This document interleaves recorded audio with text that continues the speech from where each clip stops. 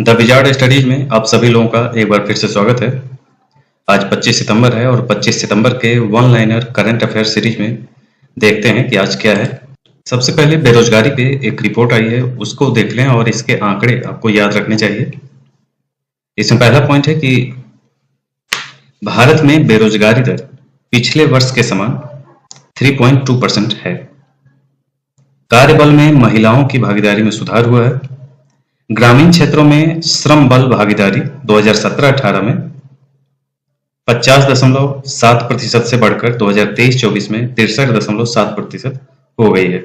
63.7% हो गई है अब 23-24 में।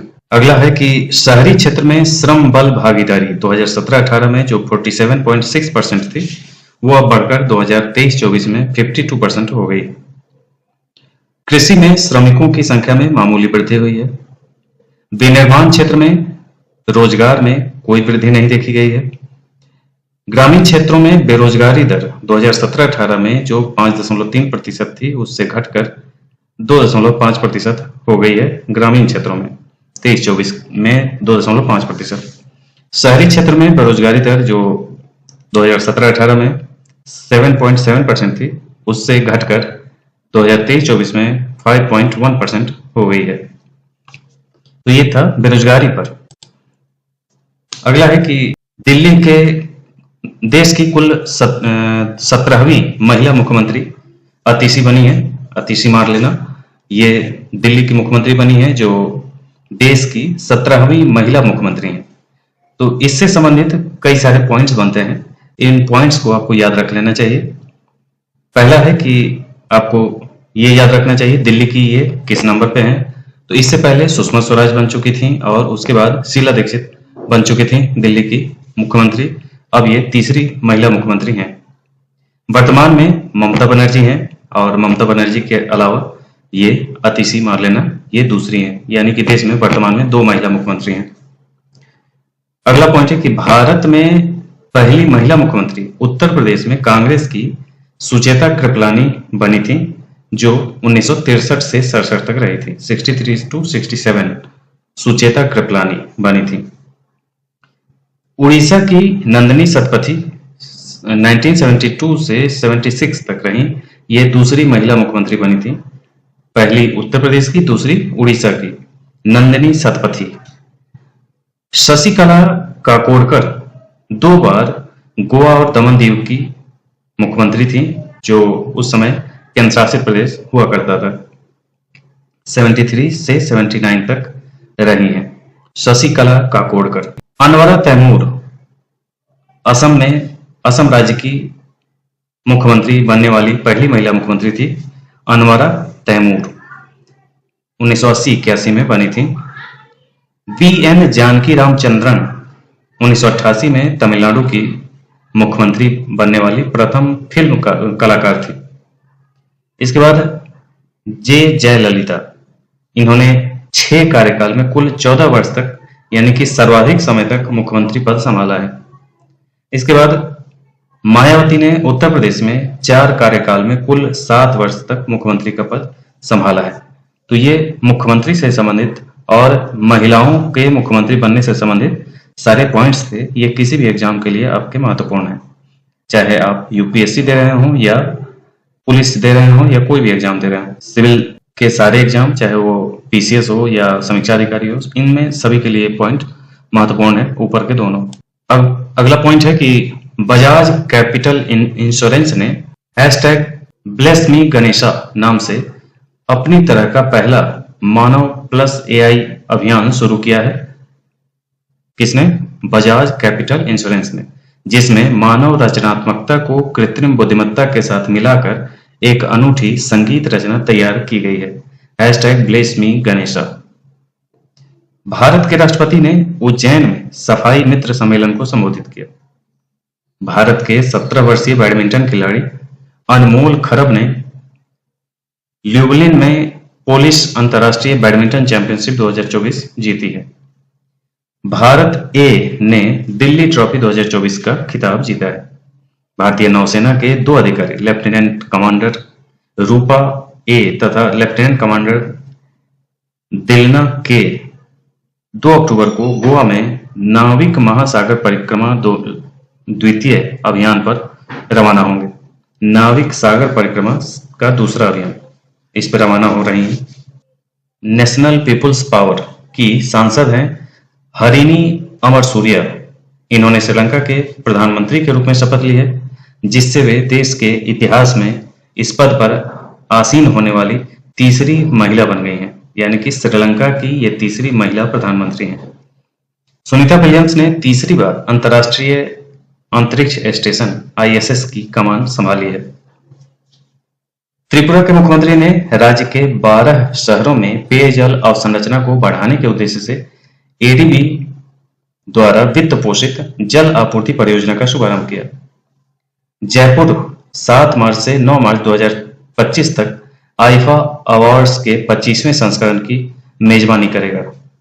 किरण राव की फिल्म लापता लेडीज को ऑस्कर 2025 के लिए भारत की आधिकारिक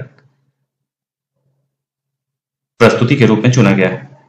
अंतर्राष्ट्रीय सांकेतिक भाषा दिवस ये 23 सितंबर को मनाया जाता है, जो समावेशी समाज को प्राप्त करने और बधिर लोगों के अधिकारों को सुनिश्चित करने में सांकेतिक भाषाओं के महत्व पर जोर देता है। रक्षा मंत्री राजनाथ सिंह ने गुणवत्तापूर्ण शिक्षा प्रदान करने के लिए जयपुर में एक नए सैनिक स्कूल का उद्घाटन किया है। NCRB के नए निदेशक आलोक रंजन बनाए गए हैं, नियुक्त किए गए हैं। NCRB का मतलब राष्ट्रीय अपराध रिकॉर्ड ब्यूरो।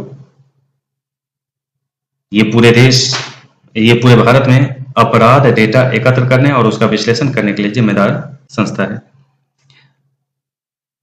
शेख डियोंग को जलवायु कोष के निदेशक के रूप में नियुक्त किया गया है, जो वैश्विक स्तर पर जलवायु परिवर्तन से निपटने के लिए परियोजनाओं के वित्त पोषण पर ध्यान केंद्रित करेगा। 45वां फीडे शतरंज ओलंपियाड हाल ही में हंगरी में आयोजित किया गया, जिसमें दुनिया भर के शीर्ष शतरंज प्रतिभाओं का प्रदर्शन हुआ है। शतरंज में भारत की उपलब्धि क्या रही, तो भारत 45वें फीडे शतरंज ओलंपियाड में स्वर्ण पदक जीता, जो देश के शतरंज के इतिहास में एक महत्वपूर्ण उपलब्धि है। विश्व मुक्त क्षेत्र संगठन कांग्रेस का 10वां वार्षिक सम्मेलन दुबई में शुरू हुआ, जिसमें वैश्विक व्यापार और आर्थिक विकास में मुक्त क्षेत्रों की भूमिका पर चर्चा की गई। पैसा सेव कैशबैक क्रेडिट कार्ड यानी यस बैंक ने पैसा सेव नाम से एक नया कैशबैक क्रेडिट कार्ड लॉन्च किया है। पैसा सेव G7 संस्कृति मंत्रियों की बैठक भारत ने इटली में आयोजित G7 संस्कृति मंत्रियों के बैठक में भाग लिया है। G7 का सम्मेलन हुआ है इटली में संस्कृति मंत्रियों का। Singapore grand prix 2024, Lando Norris 2024 Singapore grand prix में विजयी हुए। Lando Norris 2024 Singapore grand prix में विजयी हुए, जिससे उनके रेसिंग कैरियर में एक और जीत दर्ज हुई। दलितों पर अत्याचार के हालिया मामलों में उत्तर प्रदेश शीर्ष पर रहा। रिया सिंघा को मिस यूनिवर्स इंडिया 2024 का ताज पहनाया गया है, जो आगामी अंतर्राष्ट्रीय प्रतियोगिताओं में देश का प्रतिनिधित्व करेंगे। आईफा अवार्ड 2025 का आयोजन जयपुर में किया जाएगा, जिसमें भारतीय फिल्म उद्योग में उत्कृष्टता का जश्न मनाया जाएगा। 97वें ऑस्कर पुरस्कार नामांकन शुरू हो चुका है। विश्व मंच पर भारत की सिनेमाई प्रतिभा का प्रतिनिधित्व करने वाली फिल्म लापता लेडीज को 97वें ऑस्कर पुरस्कार के लिए नामांकित किया गया। भारतीय वाणिज्यिक दूतावास की घोषणा। प्रधानमंत्री मोदी ने लॉस एंजल्स और बोस्टन में नए भारतीय वाणिज्यिक दूतावास खोलने की घोषणा की, जिससे संयुक्त राज्य अमेरिका के साथ राजनयिक संबंध मजबूत होंगे। चिरंजीवी कोनिडेला को सिनेमा में उनके असाधारण योगदान को मान्यता देते हुए गिनीज बुक रिकॉर्ड द्वारा आयोजित फिल्म उद्योग में उत्कृष्ट अभिनेता पुरस्कार से सम्मानित किया गया। प्रतिवर्ष 24 सितंबर को दुनिया भर में विश्व बॉलीवुड दिवस मनाया जाता है। यह दिवस वैश्विक सिनेमाई परिदृश्य पर बॉलीवुड की उपलब्धि का प्रतीक है। विश्व बॉलीवुड दिवस 24 सितंबर को भारतीय नौसेना के 2 अधिकारी नाविक सागर परिक्रमा अभियान के दूसरे संस्करण के अंतर्गत दुनिया का चक्कर लगाने के लिए जाएंगे। केंद्रीय वित्त मंत्री निर्मला सीतारमण 24 सितंबर को उज्बेकिस्तान की 5 दिन की यात्रा पर रवाना होंगी। विश्व मुक्त क्षेत्र संगठन का 10वां वार्षिक सम्मेलन 23 सितंबर को दुबई में शुरू हुआ। यह सम्मेलन 23 से 25 सितंबर तक चलेगा। अमेरिकी अंतरिक्ष एजेंसी नासा ने भारतीय मूल के अंतरिक्ष यात्री सुनीता विलियम्स को अंतर्राष्ट्रीय अंतरिक्ष केंद्र की कमान सौंपी, यानी कि नासा ने कमान सौंपी है। 10वां राष्ट्रमंडल संसदीय संघ भारत क्षेत्र सम्मेलन 23 सितंबर को नई दिल्ली में शुरू हुआ। इस 2 दिन के सम्मेलन की अध्यक्षता लोकसभा अध्यक्ष ओम बिरला करेंगे। इंडिया ए ने आखिरी मुकाबले में इंडिया सी को 132 रन से हराकर दिलीप ट्रॉफी 2024 का खिताब जीता है। फिल्म निर्माता किरण राव के डायरेक्शन में पिछले साल रिलीज हुई कॉमेडी ड्रामा फिल्म लापता लेडीज को सर्वश्रेष्ठ विदेशी फिल्म श्रेणी में ऑस्कर पुरस्कार के लिए आधिकारिक प्रविष्टि के रूप में चुना गया है। हाल ही में भारत में मंकी पॉक्स के क्लेड 1B वेरिएंट का पहला मामला सामने आया है। उपराष्ट्रपति जगदीप धनखड़ उत्तर प्रदेश के नोएडा में यानी गौतम बुद्ध नगर में इंटरनेशनल ट्रेड शो के दूसरे संस्करण का उद्घाटन करेंगे। 5 दिवसीय ट्रेड शो का समापन 29 सितंबर को होगा। नई दिल्ली में 23 सितंबर को हैफा युद्ध के शहीदों के सम्मान में हैफा दिवस मनाया गया है। वैश्विक स्तर पर शीर्ष 50 मेगा हब हवाई अड्डों में दिल्ली हवाई अड्डे को 24वां स्थान मिला है। ऑस्कर 2025 में लापता लेडीज को यह प्रतिनिधि दिया गया है। संग्राम Singh gamma international fighting championship जीतने वाले पहले भारतीय पुरुष पहलवान बने। केंद्रीय वाणिज्य एवं उद्योग मंत्री पीयूष गोयल ने सिंगापुर में इन्वेस्ट इंडिया के नए कार्यालय का उद्घाटन किया, जिसका उद्देश्य भारत में क्षेत्रीय निवेश को सुविधाजनक बनाना है। गुजरात की 19 वर्षीय मॉडल रिया सिंघा, यानी गुजरात की हैं रिया सिंघा, जो मिस यूनिवर्स इंडिया 2024 के लिए चुनी गई हैं। इस साल के अंत में मैक्सिको में होने वाला है विश्व मिस यूनिवर्स 2024 प्रतियोगिता, उसी में ये भारत की तरफ से प्रतिनिधित्व करेंगी। मैक्सिको में होना है, ये याद रखिएगा। वैश्विक मिस वर्ल्ड 2024 प्रतियोगिता। डीआरडीओ के अंतर्गत प्रमुख प्रयोगशाला defence institute of physiology and allied sciences ने power grid corporation of India limited को महत्वपूर्ण उच्च ऊंचाई वाले जीविका प्रौद्योगिकी सौंपी। भारत में कैंसर की आनुवंशिक विविधताओं की समझ को बेहतर बनाने के लिए भारतीय कैंसर जीनोम एटलस फाउंडेशन ने एक डेटा पोर्टल लॉन्च किया, जिसका उद्देश्य भारत विशिष्ट कैंसर जीनोमिक्स का भंडार बनाना है। इस पोर्टल का उद्देश्य दुनिया भर के शोधकर्ताओं को रोगियों के लिए अनुकूलित कैंसर उपचार प्रदान करने में लाभ पहुंचाना है। भारत और नेपाल के बीच सांस्कृतिक और आध्यात्मिक पर्यटन को बढ़ावा देने के लिए भारत गौरव लग्जरी पर्यटक ट्रेन शुरू की गई है। भारत नेपाल मैत्री यात्रा का हिस्सा यह ट्रेन भारत में अयोध्या और वाराणसी तथा नेपाल के जनकपुर और काठमांडू सहित दोनों देशों के महत्वपूर्ण धार्मिक और सांस्कृतिक स्थलों को कवर करती है। भारत ने देश में पहला राष्ट्रीय सुरक्षा सेमीकंडक्टर निर्माण संयंत्र स्थापित करने के लिए यूएसए के साथ सहयोग किया।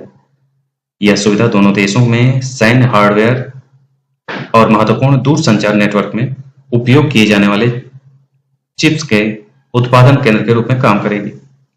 अनुरा कुमारा दिसानायके को श्रीलंका के नए राष्ट्रपति के रूप में चुना गया है, जिन्होंने 2022 में देश के आर्थिक पतन के बाद पहले चुनाव में 42% वोट प्राप्त किए हैं। इसके बाद यहां से अगला पॉइंट है, अंतर्राष्ट्रीय सांकेतिक भाषा दिवस प्रतिवर्ष 23 सितंबर को मनाया जाता है। इस दिन का उद्देश्य सांकेतिक भाषाओं के महत्व के बारे में जागरूकता बढ़ाना है। 2024 में इसका विषय sign up for sign language rights, ये इस बार का विषय था। किसका?